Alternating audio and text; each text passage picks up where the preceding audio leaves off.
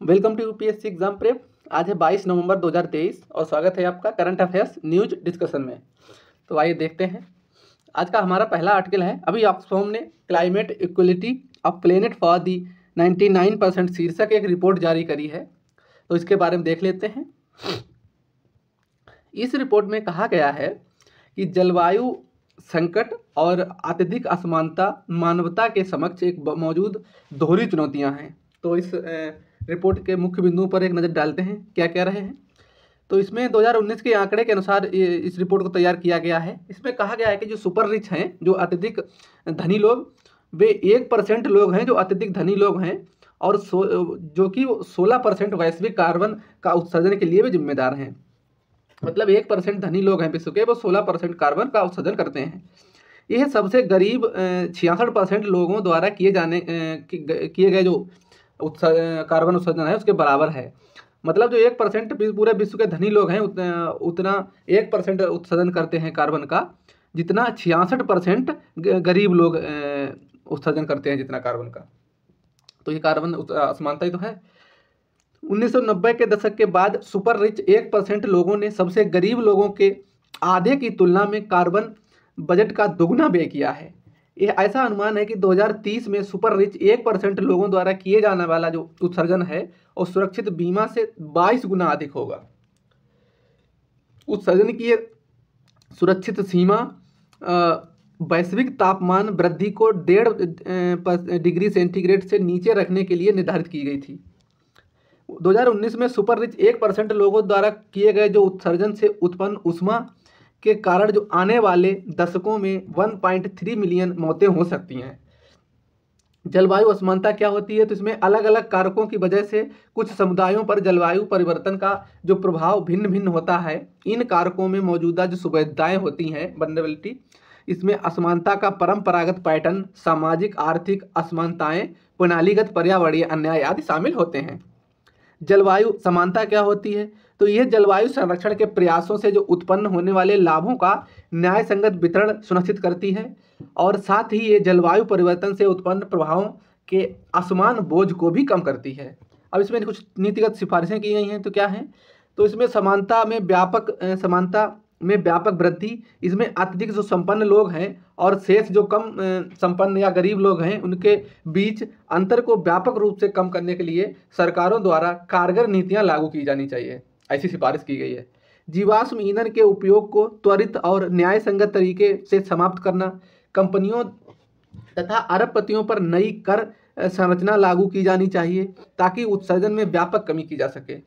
साथ ही हरित ईंधन की ओर बढ़ने के प्रयासों को वित्त पोषित किया जा सके। नए युग के लिए एक नया उद्देश्य, इसमें अंतर्निहित लाभ कमाने की इच्छा, दोहन और उपभोग की प्रवृत्ति की बजाय मानवता तथा पृथ्वी के कल्याण को प्राथमिकता दी जानी चाहिए। तो ये सारा आर्टिकल हमारा कंप्लीट हुआ। अगला आर्टिकल है हमारा इंदिरा गांधी शांति पुरस्कार के बारे में। तो आइए देखते हैं। अभी हाल ही में शांति निशस्त्रीकरण और विकास के लिए इंदिरा गांधी शांति पुरस्कार 2022 को देश में कोविड-19 योद्धाओं के प्रतिनिधियों के रूप में इंडियन मेडिकल एसोसिएशन और भारतीय प्रशिक्षित नर्स एसोसिएशन को संयुक्त रूप से प्रदान किया गया है। ये तो इसके बारे में देख लेते हैं। ये शांति निरस्त्रीकरण और विकास के लिए इंदिरा गांधी पुरस्कार 1986 में पूर्व प्रधानमंत्री की स्मृति में उनके नाम पर एक ट्रस्ट द्वारा स्थापित किया गया था। इसमें एक प्रशस्ति पत्र के साथ 25 लाख रुपए का मौद्रिक पुरस्कार मतलब राशि इसमें दी जाती है। यह पुरस्कार उन व्यक्तियों या संगठनों को दिया जाता है जो अंतर्राष्ट्रीय शांति और विकास सुनिश्चित करने की दिशा में काम करते हैं। ये सुनिश्चित करते हैं कि वैज्ञानिक खोजों का उपयोग स्वतंत्रता और बेहतर मानवता के दायरे को आगे बढ़ाने और नई अंतर्राष्ट्रीय आर्थिक व्यवस्था के लिए किया जाता है। इस पुरस्कार के पिछले कुछ प्राप्तकर्ताओं में शामिल हैं, मतलब इनको मिल चुका है, इन लोगों संस्थाओं को। तो इसमें सोवियत संघ के पूर्व नेता एक जो मिखाइल गोर्बाचेव थे, ये 1997 में वहाँ के राष्ट्रपति बने थे। और यूनिसेफ एक संस्था है, 1989 में उसको मिला। जिमी कार्टर अमेरिका के जो पूर्व राष्ट्रपति हैं, 1997 में उनको दिया गया। संयुक्त राष्ट्र और उनके महासचिव कोफी अन्नान, इन्हें 2003 में दिया गया। एंजेला मर्केल जर्मनी की चांसलर हैं, इनको 2013 में दिया गया। और भारतीय अंतरिक्ष अनुसंधान संगठन इसरो को 2014 में दिया गया। भारत के पूर्व प्रधानमंत्री डॉक्टर मनमोहन सिंह को 2017 में दिया गया और सर डेविड एटनबरो को 2019 में दिया गया। प्रथम एनजीओ है एक, उसको 2021 में पुरस्कार प्रदान किया गया। हमारा अगला आर्टिकल है प्रधानमंत्री मुद्रा योजना के बारे में। तो आइए देख लेते हैं। अभी हाल ही में केंद्रीय वित्त और कॉर्पोरेट मामलों के मंत्री ने कहा है कि केंद्र की प्रमुख प्रधानमंत्री मुद्रा योजना के तहत महिला उद्यमियों को प्राथमिकता दी गई है। तो अब इसके बारे में देख लेते हैं प्रधानमंत्री मुद्रा योजना के बारे में। ये सूक्ष्म और लघु उद्योगों की किफ़ायती ऋण देने के लिए भारत सरकार की एक प्रमुख योजना है। इस मुद्रा योजनाएं उद्यम और औपचारिक वित्त प्रणाली में लाने या बिना वित्त पोषित लोगों को वित्त पोषित करने के लिए डिजाइन की गई हैं। ये एक छोटे उधारकर्ता को सभी सार्वजनिक क्षेत्रों के बैंक जैसे पीएसयू यानी पब्लिक सेक्टर यूनिट बैंकों, क्षेत्रीय ग्रामीण बैंकों और सहकारी बैंकों, निजी बैंकों और विदेशी बैंकों, माइक्रो फाइनेंस संस्थानों और गैर बैंकिंग वित्त कंपनियां यानी एनबीएफसी से गैर कृषि आय सृजन गतिविधियों के लिए 10 लाख रुपए तक के ऋण लेने में सक्षम बनाती है। तो इसमें पात्रता क्या है, मतलब इसमें किन लोगों को मिलेगा? तो कोई भी भारतीय नागरिक जिसके पास गैर कृषि क्षेत्र की आय सृजन गतिविधि जैसे विनिर्माण, प्रसंस्करण, व्यापार या सेवा क्षेत्र के लिए व्यवसाय योजना और निजी जिसका ऋण आवश्यकता 10 लाख रुपए से कम है और वह योजना के तहत micro unit developments and refinance agency limited यानी मुद्रा, इसकी फुल फॉर्म है, ऋण का लाभ उठाने के लिए बैंक, एमएफआई या एनबीएफसी से संपर्क कर सकता है। इसमें प्रदान किए गए ऋण के प्रकार किस टाइप के होंगे? तो प्रधानमंत्री मुद्रा योजना के तत्वाधान में मुद्रा में निम्नलिखित उत्पाद बनाए गए हैं। इसमें जो किशोर होते हैं उनके लिए 50,000 तक का ऋण शामिल है। इसमें मतलब जो किशोर हैं उनको 50,000 तक का ऋण दिया जाएगा। जो शिशु हैं मतलब जो नाबालिग हैं उनको 50,000 तक का दिया जाएगा और जो किशोर हैं उनको 50,000 से 5 लाख तक का ऋण प्रदान किया जाएगा। और जो तरुण अवस्था यानी वयस्क हो गए हैं उनको 5 लाख से ऊपर और 10 लाख तक का ऋण प्रदान किया जाएगा। प्रधानमंत्री मुद्रा योजना के तहत दिए जाने वाले लोन पर सब्सिडी नहीं मिलती है। हालांकि यदि ये ऋण प्रस्ताव किसी सरकारी योजना से जुड़ा हुआ है जिसमें सरकार पूंजीगत सब्सिडी प्रदान कर रही है तो इस योजना के तहत भी ये पात्र होगा। हमारा अगला आर्टिकल है मृत्तिका स्वयं यानी मृत्तिका दलदल के बारे में। तो आइए देख लेते हैं। अभी मृत्तिका दलदल जो कई प्रजातियों के लिए स्थानिक है, इसको संरक्षण की गंभीर आवश्यकता है क्योंकि वर्तमान में परिवर्तनों का पता लगाने के लिए कोई सुसंगत निगरानी प्रणाली नहीं है। तो मृत्तिका दलदल के बारे में देख लेते हैं। तो इसे जीवित जीवाश्म कहा जाता है। ये एक जैव विविधता हॉटस्पॉट है जिसमें मृत्तिकेसी परिवार के सदाबहार पेड़ों का वर्चस्व है जो पृथ्वी पर सबसे पुराने फूल वाले पौधों में से एक हैं। ये मीठे पानी का दलदल है और इन वनों की विशेषता बड़े उभरी हुई जड़ों वाले पेड़ हैं जो जलभराव वाली मिट्टी से बाहर निकलते हैं जो पूरे वर्ष जलमग्न रहती हैं। वे लाखों वर्षों से विकसित हुए हैं और पुराने विकास वाले पेड़ों से बने हुए हैं। भौगोलिक वितरण इनका एक मतलब कहाँ कहाँ पाए जाते हैं? तो भारत में अद्वितीय आवास पश्चिमी घाट में पाए जाते हैं और अंडमान और निकोबार द्वीप समूह का एक छोटा सा वितरण यहाँ पे मतलब अंडमान द्वीप समूह में छोटे से एरिया में ये पाए जाते हैं। तो इनके लिए जलवायु परिस्थितियाँ कैसी होनी चाहिए? इन दलदलों का निर्माण अजैविक स्थितियों पर निर्भर करता है जैसे कि जंगली पहाड़ियों के बीच घाटी का आकार, किसी स्थान पर होने वाली वर्षा की मात्रा यानी औसतन वर्षा 3000 मिमी और पूरे वर्ष का पानी उपलब्धता इसमें होनी चाहिए। आमतौर पर मृत्तिका दलदल नदियों के बगल में देखे जाते हैं और पानी को बनाए रखने में मदद करते हैं और ये स्पंज के रूप में भी कार्य करते हैं जिससे 12मासी पानी की उपलब्धता सुनिश्चित होती है। ये दलदल कई कशेरुक और अकशेरुकी जो जीव होते हैं उन प्रजातियों का घर भी है, मतलब यहाँ पे वो रहते हैं और ये उच्च आर्द्रता के माध्यम से तापमान और माइक्रो हैबिटेट उपलब्धता जैसी स्थिर माइक्रोलॉजिकल स्थितियाँ के कारण भी होते हैं। ये हमारा अगला आर्टिकल है ओना टुकारा तिल के बारे में, यानी इसको इलू भी बोलते हैं। तो ये इसका पेड़ का है, इसका पौधा है। केरल राज्य के अधिकारियों द्वारा भौगोलिक संकेतक जीआई टैग यानी ओनाटुकारा तिल की खेती का एक विस्तार करने के लिए इसको जीआई टैग प्रदान किया गया है। तो इसकी खेती केरल राज्य में की जाती है। ओनाटुकारा इलू और इसका तेल अपने अद्वितीय स्वास्थ्य लाभों के लिए प्रसिद्ध है।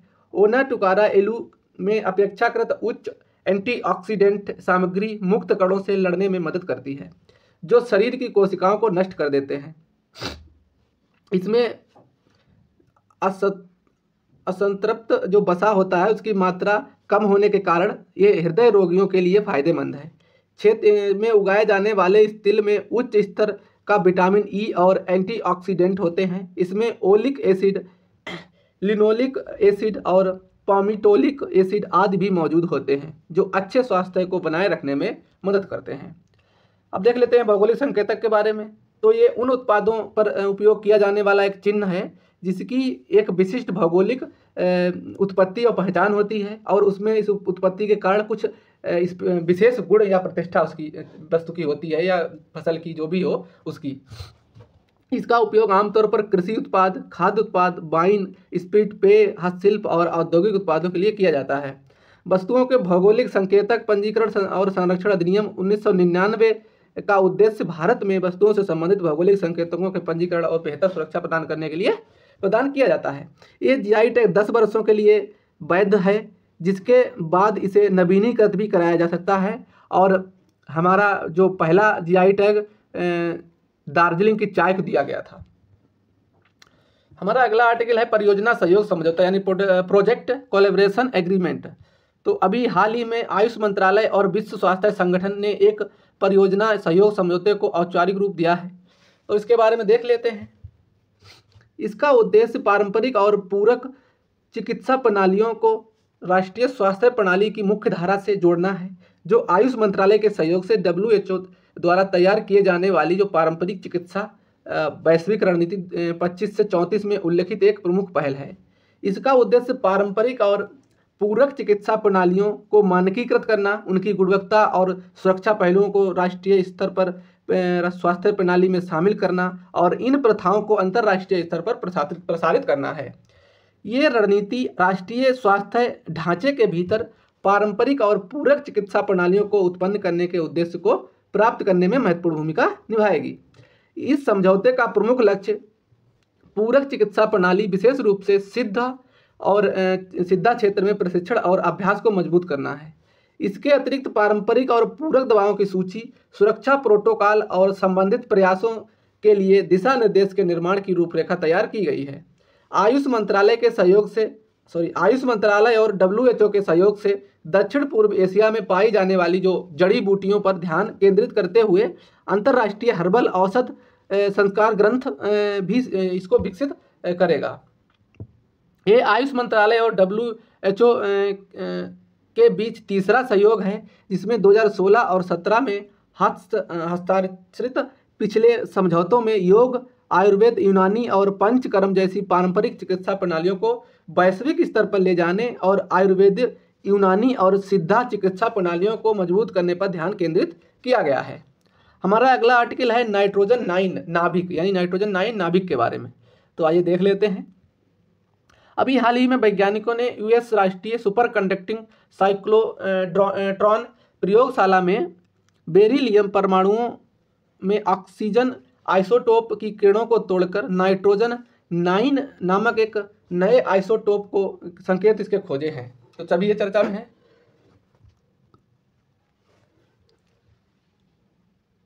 इसकी विशेषता 7 प्रोटॉन 2 न्यूट्रॉन है, जो असामान्य रूप से उच्च प्रोटॉन और न्यूट्रॉन है। इस असमानता का आइसोटोप की स्थिरता पर गंभीर प्रभाव पड़ता है, जो इसकी क्षय प्रक्रिया के साथ साथ समग्र व्यवहार को भी प्रभावित करता है। उच्च प्रोटॉन पदार्थ नाइट्रोजन 9 परमाणुओं पर पारंपरिक स्थिरता सीमा से परे रखती है। अधिकांश नाइट्रोजन आइसोटोप नाइट्रोजन 14 के रूप में प्राप्त होते हैं, जिसमें 7 प्रोटॉन और 7 न्यूट्रॉन होते हैं। लेकिन भौतिकविदों का कहना है कि उन्होंने केवल 2 न्यूट्रॉन के साथ कहीं अधिक मायावी संस्करण की झलक देखी है। आइसोटोप क्या होते हैं? तो ये किसी दिए गए तत्व के ही परमाणु होते हैं, मगर ये केवल न्यूट्रॉन संख्या से भिन्न होते हैं। ये अंतर एक आइसोटोप को दूसरे से अलग करता है। कई आइसोटोप अस्थिर भी होते हैं, विशेषकर जिनके परमाणुओं में प्रोटॉन की संख्या की तुलना में बहुत कम न्यूट्रॉन होते हैं। अस्थिर आइसोटोप अल्पकालिक जो होते हैं और अक्सर अधिक स्थिर विन्यास प्राप्त करने के लिए कुछ ऊर्जा निष्कर्षित करने में ये क्षय हो जाते हैं। न्यूक्लाइड क्या होते हैं? तो ये परमाणु नाभिक के एक अनुरूप तालिका है जिसकी विशेषता प्रोटॉन और न्यूट्रॉन का एक अद्वितीय संयोजन है। न्यूक्लाइड की एक तालिका तत्वों के समस्थानिकों का एक द्विआयामी ग्राफ है। इसका एक अक्ष न्यूट्रॉन की इसका संकेत n से होता है कि संख्या दर्शाता है, और दूसरा प्रत्येक परमाणु नाभिक में प्रोटॉन की संख्या दर्शाता है। और इस ग्राफ पर प्रत्येक बिंदु एक न्यूक्लाइड को दर्शाता है, जैसा कि इसमें ग्राफ में दिखाया गया है। हमारा अगला आर्टिकल है काइमेरा के बारे में। तो आइए देखते हैं। हाल ही में ऐतिहासिक अध्ययन में वैज्ञानिकों ने गैर मानव प्राइवेट में सफलतापूर्वक जीवित काइमेरा उत्पन्न करने की सूचना दी है। तो इसके बारे में देख लेते हैं। ये आनुवांशिक काइमेरा एक एकल जीव है जो एक से अधिक विशिष्ट जीनोटाइप यानी आनुवांशिक संरचना की कोशिकाओं से बना होता है। जानवर ये साम्राज्य के काइमेरावाद की अलग अलग श्रेणी में के कई उदाहरण हैं। हाफ साइडर बटगिरीगर और एक प्रकार का सामान्य तोता है जैसे व्यापक रूप से पालतू जानवरों के रूप में अपनाया जाता है। काइमेरावाद के कारण इसके शरीर को दोनों तरफ अलग अलग रंग होते हैं। एंगल फिश नर मछली के साथ विलीन हो जाता है और अंततः मादा मछली में समाहित हो जाता है और इसकी आनुवांशिक संरचना की एक ही जानवर को में मिला देता है। समुद्री स्पंजों को एक ही जीव में 4 अलग अलग जीनोटाइप के लिए ये जाना जाता है। मनुष्यों के बीच प्राकृतिक काइमेरा तो इसमें ये तब घटित होता है जब एक कोशिका में आनुवांशिक सामग्री परिवर्तित हो जाती है और अन्य सभी कोशिकाओं से भिन्न कोशिकाओं की क्लोन आबादी को जन्म देते हैं। भ्रूण अवस्था में शुरुआत में ही 2 निषेचित जो युग्म हैं उनको संलयन में भी ऐसी स्थिति को जन्म दे सकता है जिसमें ये 2 आनुवांशिक संरचनाएं एक ही व्यक्ति में सह अस्तित्व में होती हैं। काइमेरावाद ये जुड़वा या एकाधिक गर्भधारण के एक ही भ्रूण में विकसित होने या जुड़वा भ्रूण में एक ही भ्रूण में अवशोषित होने के परिणाम स्वरूप भी हो सकता है। हमारा अगला आर्टिकल है वैश्विक विकास बोर्ड के बारे में। तो अब देख लेते हैं प्रौद्योगिकी विकास बोर्ड के बारे में। तो ये हाल ही में भारत में सूक्ष्म लघु और मध्यम उद्यम यानी MSMEs क्षेत्रों को बढ़ावा देने के लिए प्रौद्योगिकी विकास बोर्ड और भारतीय लघु उद्योग विकास बैंक यानी SIDBI में एक समझौता ज्ञापन पर हस्ताक्षर हुए हैं। तो इसके बारे में देख लेते हैं प्रौद्योगिकी विकास बोर्ड के बारे में। तो ये विकास बोर्ड अधिनियम 1995 के तहत गठित एक वैधानिक निकाय है। इसका उद्देश्य स्वदेशी प्रौद्योगिकी के विकास, व्यवसायीकरण और व्यापक अनुप्रयोग के लिए आयातित प्रौद्योगिकियों के अनुकूल को बढ़ावा देना है। इस बोर्ड में 11 सदस्य होते हैं और यह औद्योगिक चिंताओं को इक्विटी पूंजी या ऋण और अनुसंधान और विकास संस्थाओं की वित्तीय सहायता प्रदान करता है। फंड को 1995 में संशोधित अनुसंधान और विकास उपकर अधिनियम 1986 के प्रावधानों के तहत औद्योगिक चिंताओं से उपकर संग्रह से भारत सरकार में अनुदान प्राप्त होता है। भारतीय लघु उद्योग विकास बैंक यानी SIDBI के बारे में मुख्य तथ्य देख लेते हैं। तो ये SIDBI इसकी स्थापना 1990 में संसद के एक अधिनियम के तहत की गई थी। ये सूक्ष्म लघु और मध्यम जो उद्यम MSME होते हैं उनके क्षेत्र के प्रचार, वित्त पोषण और विकास और समान गतिविधियों में लगे जो विभिन्न संस्थान हैं उनके कार्यों का समन्वय में लगा हुआ प्रमुख वित्तीय संस्थान है। इसका उद्देश्य MSMEs की परिस्थितियों तंत्र में विकास और उनकी वित्तीय जो अंतराल होता है उसको संबोधित करने में मदद करना और इनको ऋण प्रत्यक्ष और अप्रत्यक्ष दोनों तरफ से प्रदान करना है। MSMEs को बाजार को नए विकसित करने, प्रौद्योगिकियों और नवीन उत्पादों के विकास और व्यवसायीकरण के लिए आवश्यक धन प्राप्त करने में भी ये मदद करता है। इसे लघु उद्योग विकास निधि और राष्ट्रीय इक्विटी निधि के प्रशासन के लिए जिम्मेदार बनाया गया है। हमारा अगला आर्टिकल है उपभोक्ता व्यवहार पर सोशल मीडिया का प्रभाव क्या पड़ता है। तो इसके बारे में देखते हैं। अभी हाल ही में मेटा ने GWI ब्यूटी रिपोर्ट 2023 को शीर्षक से एक रिपोर्ट जारी की गई है। इस रिपोर्ट के अनुसार फेसबुक व इंस्टाग्राम रील्स ने सौंदर्य उत्पादों की खरीद के मामले में 80% भारतीयों की पसंद को प्रभावित किया है। सोशल मीडिया उपभोक्ता के व्यवहार को कैसे प्रभावित करती है, तो आइए देखते हैं। इसमें नए उत्पादों की जानकारी, जैसे कि आर्ट वगैरह आते रहते हैं, उसमें नए उत्पाद नई नई जानकारी आती रहती है। उसमें सर्वेक्षण में शामिल 47% उपभोक्ता ने बताया है कि उन्हें सोशल मीडिया रील्स के जरिए नए उत्पादों का पता चलता है। उपभोक्ताओं की प्राथमिकता में बदलाव, इसमें वैश्विक महामारी के बाद सौंदर्य उत्पादों की ऑनलाइन खरीदारी 15% की वृद्धि हुई है। वर्तमान में सौंदर्य उत्पाद मतलब ब्यूटी प्रोडक्ट कुछ खरीद में 68% की खरीदारी ऑनलाइन की जाती है। विकल्पों का आकलन, इसमें खरीदार ऑगमेंटेड रियलिटी और अन्य संबंधित प्रौद्योगिकियों के जरिए उत्पादों का आभासी रूप से ट्रायल लेने में भी सक्षम होते हैं। मतलब इसमें यूट्यूब वगैरह पे लोग ब्लॉग वगैरह बनाते रहते हैं कि कैसे कैसे ये वाले प्रोडक्ट को ऐसे करा जाता है, तो उसमें पूरा फिनिशिंग देके बाद में पता चलता है, तो उसको देख सकते हैं, उसके बाद में खरीदते हैं। ये भी प्रभावित करता है। खरीदारों का सामाजिकरण, तो इसमें खरीदारों के बीच सहज संपर्क और उनकी मनोवैज्ञानिक जो भावनात्मक और आचरण की मानसिकता को भी प्रभावित करता है। इसका तात्पर्य यह है कि यूजर जैसे खरीदार सोशल मीडिया प्लेटफॉर्म पर आपस में चैट आदि के माध्यम से उत्पाद की बेहतर जानकारी प्राप्त कर सकते हैं। इलेक्ट्रॉनिक वर्ड्स ऑफ माउथ, इसमें उत्पाद के बारे में ग्राहकों के रिव्यू उपभोक्ता को उन उत्पादों की खरीदारी से संबंधित निर्णयों में भी मदद करते हैं। सोशल मीडिया से प्रभावित होकर खरीदारी से कुछ जुड़ी चिंताएं भी हैं। इसमें बिना सोचे समझे खरीदारी से संबंधित व्यवहार, लक्षित विज्ञापन, यानी कुछ विज्ञापन ऐसे होते हैं जो जानबूझ के वैसे टारगेट करके दिखाए जाते हैं, और अत्यधिक उपभोक्तावाद के कारण पर्यावरण को नुकसान, उपभोक्ताओं की प्रोफाइलिंग के जरिए निजता का उल्लंघन। जैसे हम अगर फेसबुक चलाते हैं या हम इंस्टाग्राम चलाते हैं, तो उसमें अपनी हम पसंद नापसंद डालते रहते हैं, तो आर्टिफिशियल इंटेलिजेंस के जरिए उसको सब पता रहता है कि आपकी क्या पसंद है, क्या नहीं, क्या नापसंद है। आपको उसी हिसाब से जो भी विज्ञापन है और वो दिखाए जाते हैं, ताकि आप वो चीज़ें उसकी परिचित करो। तो इसमें जो निजता का अधिकार का ये उल्लंघन है। अब आगे की राह क्या हो सकती है इसमें, मतलब क्या हो सकता है, तो इसमें पारदर्शिता, यानी सोशल मीडिया प्लेटफॉर्म द्वारा कंटेंट क्यूरेशन, मॉडरेशन और एल्गोरिदम पर स्पष्ट जानकारी प्रदान की जानी चाहिए। एंटी ट्रस्ट नियमों को मजबूत करना चाहिए और इन्हें प्लेटफॉर्म प्रोवाइडर्स और सोशल मीडिया इन्फ्लुएंसर दोनों के लिए मजबूत बनाया जाना चाहिए। सोशल मीडिया इन्फ्लुएंस होते हैं द्वारा इनको भौतिक हितों का खुलासा, मतलब इसमें जानकारी जनवरी 2023 से उपभोक्ता मामलों के विभाग ने प्रसिद्ध हस्तियों और सोशल मीडिया इन्फ्लुएंस जो होते हैं उनके लिए विज्ञापन संबंधी मार्गदर्शी दिशा निर्देश भी जारी किए थे। हमारा अगला आर्टिकल है ई प्राइम परत के बारे में। तो अभी एक नए अध्ययन के अनुसार पृथ्वी के कोर के सबसे बाहरी हिस्से में ई प्राइम परत नामक एक नई परत का निर्माण हुआ है। इसका निर्माण सतही जल के पृथ्वी के आंतरिक भाग में बहुत गहराई तक प्रवेश करने के परिणाम स्वरूप हुआ है। ये कोर के सबसे बाहरी हिस्से अर्थात धात्विक तरल यानी मेटेलिक लिक्विड की संरचना में बदलाव कर रहा है। इस नवीनतम शोध से पता चला है कि सतही जल का वहन करने वाली जो विवर्तनिक प्लेटों ने अरबों वर्षों से इस जल के कुछ हिस्से को पृथ्वी की गहराई तक पहुंचा दिया था।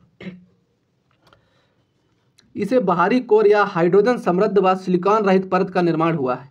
यह खोज पृथ्वी की आंतरिक संरचना की गतिविधियों के बारे में भी हमारी समझ को बढ़ाएगी। इस क्रस्ट के बारे में ये नई तैयार हो रही है। बाकी तो आप जानते ही हो, ये आउटर कोर है, ये इनर कोर है, ये मेंटल है, ये पूरा क्रस्ट है, और ये मेंटल है, और ये आउटर कोर है, ये इनर कोर है। आइए देखते हैं हमारा अगला आर्टिकल। तो हमारा अगला आर्टिकल है उत्तराखंड के में अभी उत्तरकाशी में सुरंग ढहने से 4 मजदूर फंसे हुए हैं, उसके बारे में।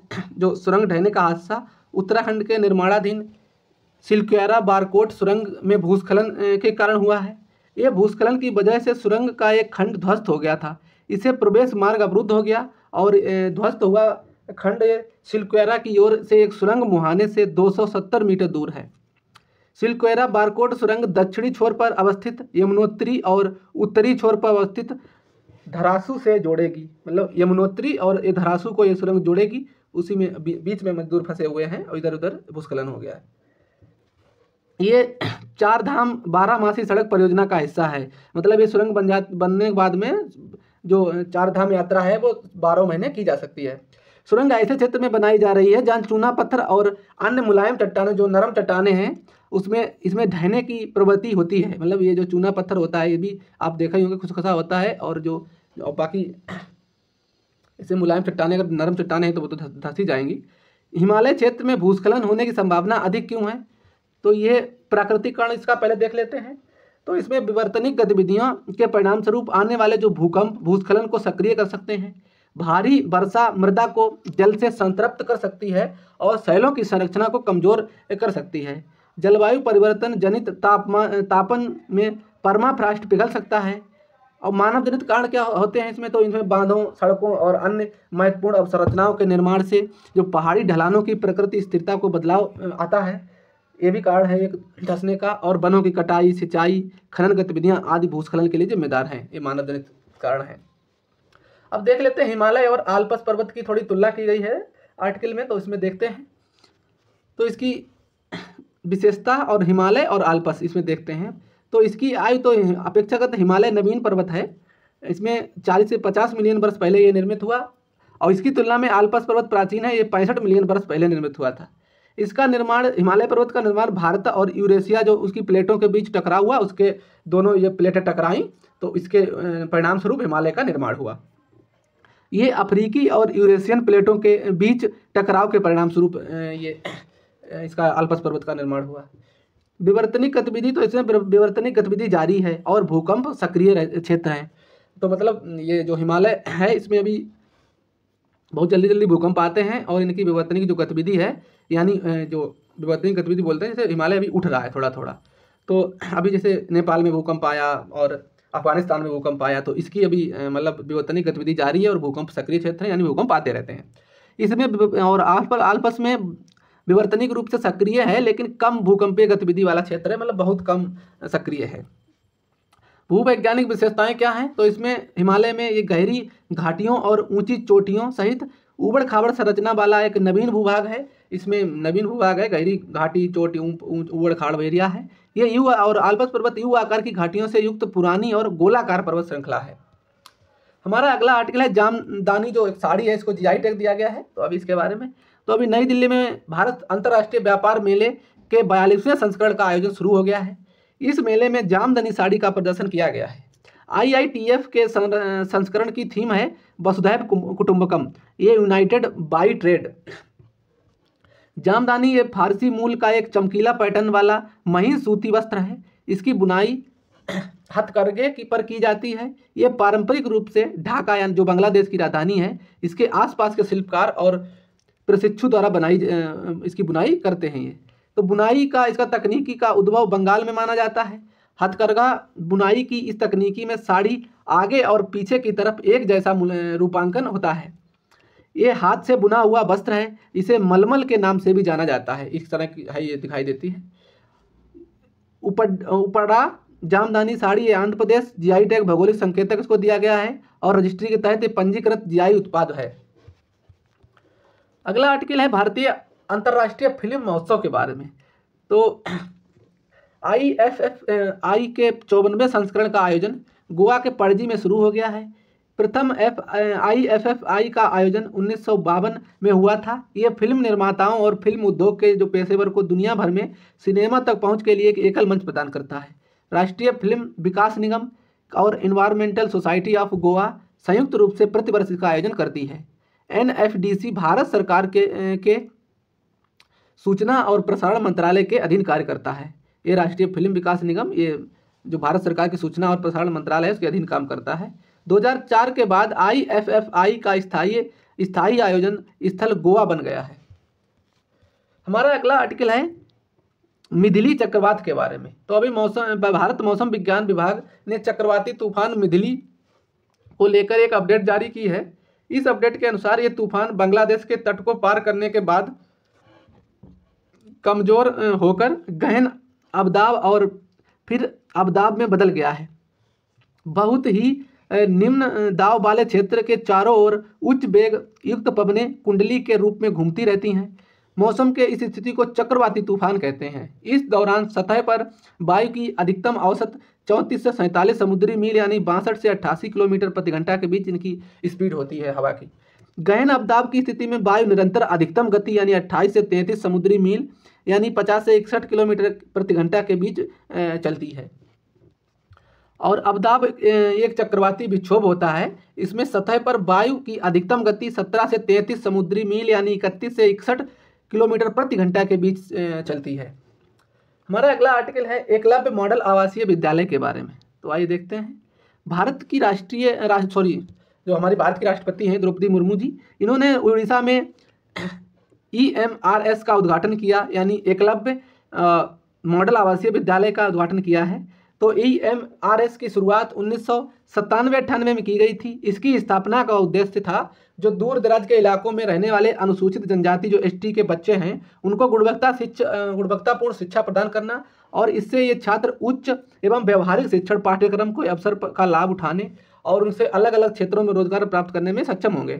प्रत्येक जो एकलव्य विद्यालय होता है उसमें 480 छात्र नामांकित हो सकते हैं, और ये स्कूल कक्षा 6 से 8 तक के छात्रों के लिए है।